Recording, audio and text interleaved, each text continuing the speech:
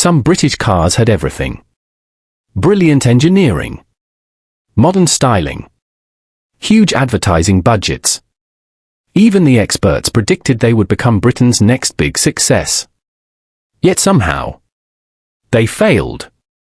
Not because they were terrible, but because bad timing, poor management, or simple bad luck got in the way.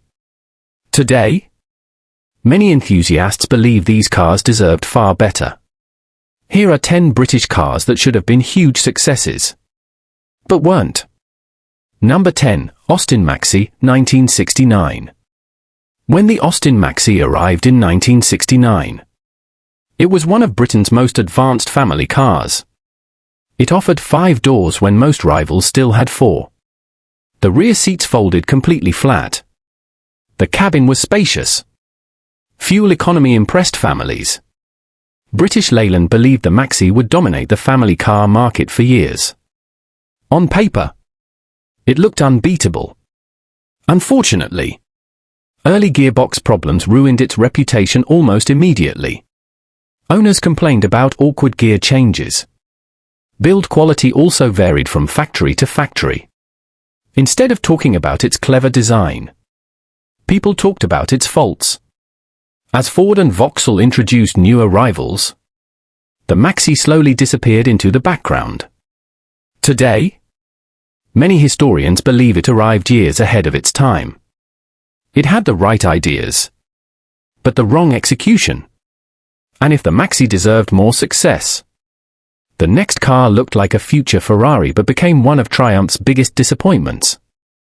Number 9, Triumph Stag, 1970. When the Triumph Stag appeared in 1970, Britain finally had a luxury Grand Tourer capable of challenging Mercedes. Its styling turned heads everywhere. The removable hardtop made it practical all year round. The V8 engine promised effortless performance. Triumph expected huge export success. Early demand looked encouraging. But then, reliability problems began appearing. The cooling system caused endless headaches. Overheating damaged engines. Many owners became frustrated. The saddest part, most of these problems were fixable. Later specialists proved that properly maintained Stags were dependable cars. But by then, the damage had already been done. Customers had already lost confidence. Today, the Triumph Stag enjoys a loyal following. Many enthusiasts believe it should have become one of Britain's greatest luxury cars. Instead, it became famous for what might have been. And if poor reliability ruined the Stag, the next British car was so advanced that buyers simply weren't ready for it. Number 8, Austin Princess, 1975.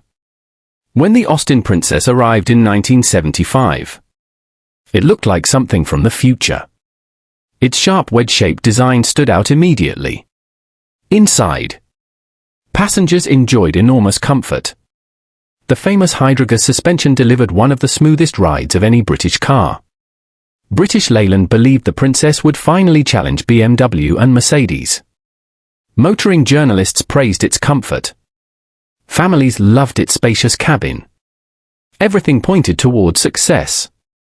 Then, the familiar British Leyland problems returned. Poor build quality, electrical faults, inconsistent assembly. Customers quickly became disappointed. Instead of becoming Britain's executive car of the future, the Princess quietly disappeared from the spotlight. Today, many collectors believe the Princess was genuinely underrated. Its design was ahead of its time, but its quality simply couldn't keep up.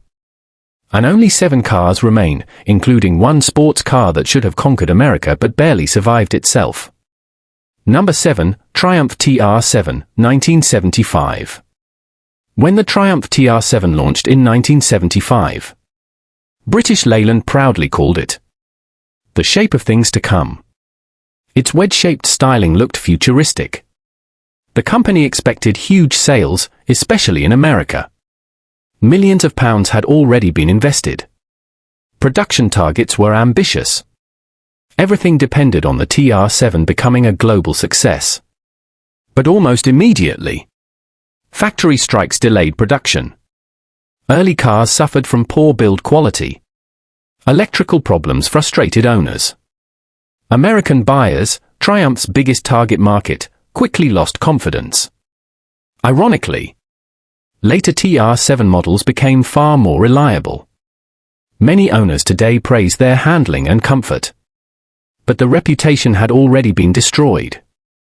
Instead of saving Triumph, the TR7 became one of the final chapters in the brand's decline.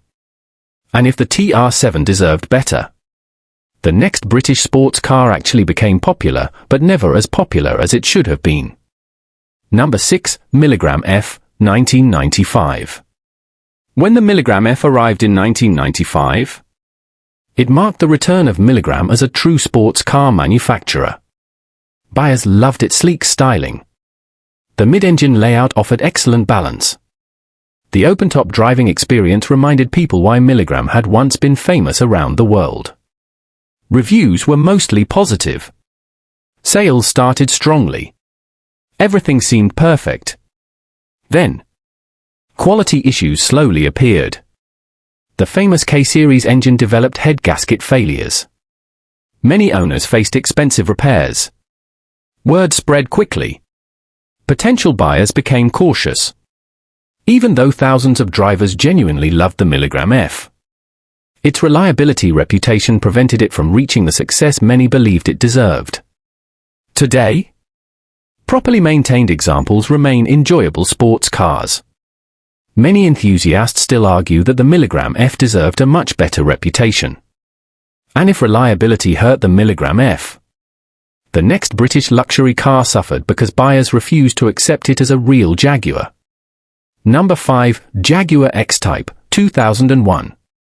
When the Jaguar X-Type arrived in 2001, Jaguar hoped to attract an entirely new generation of customers. It offered luxury, comfort, and the famous Jaguar badge, at a much lower price than larger models. Sales expectations were enormous. But critics quickly focused on one thing: its connection to the Ford Mondeo. Many buyers dismissed it before even driving one. That was unfortunate, because the X-Type was quiet, comfortable, safe, and available with all-wheel drive. Owners often praised its reliability and long-distance comfort. Yet public perception never fully recovered. Instead of becoming Jaguar's biggest success, it remained one of the company's most misunderstood cars. Today, many classic car enthusiasts believe the X-Type was judged far too harshly. And only 4 cars remain, including a British Grand Tourer that should have become a worldwide icon. Number 4, the Jensen Interceptor, 1966. When the Jensen Interceptor arrived in 1966, many believed Britain had finally built a Grand Tourer capable of challenging Aston Martin. Its Italian styling looked stunning. Under the bonnet, a powerful Chrysler V8 delivered effortless performance. The luxurious interior impressed journalists. Owners loved its smooth long-distance driving. Everything about the Interceptor suggested success. But there was one problem: the price. It was extremely expensive. Then came the fuel crisis of the 1970s. Large V8-powered cars suddenly became difficult to sell. Fuel prices soared. Insurance costs increased. Demand collapsed almost overnight. Jensen simply couldn't survive the changing market. Production ended. Today, the Interceptor is regarded as one of Britain's finest Grand Tourers. Many enthusiasts believe it deserved far greater commercial success. And if the Interceptor was a victim of bad timing, the next car became one of Rover's greatest achievements, but arrived when the company was already running out of time. Number 3, Rover 75, 1999. When the Rover 75 launched in 1999, many journalists called it the best Rover in decades. Its elegant styling stood out immediately.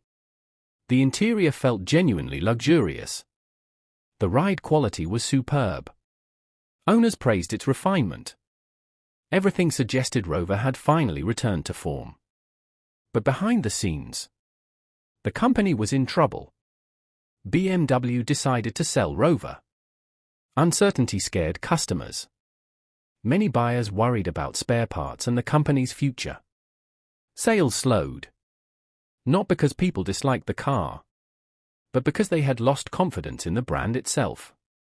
Even after Rover took over, the financial problems only became worse.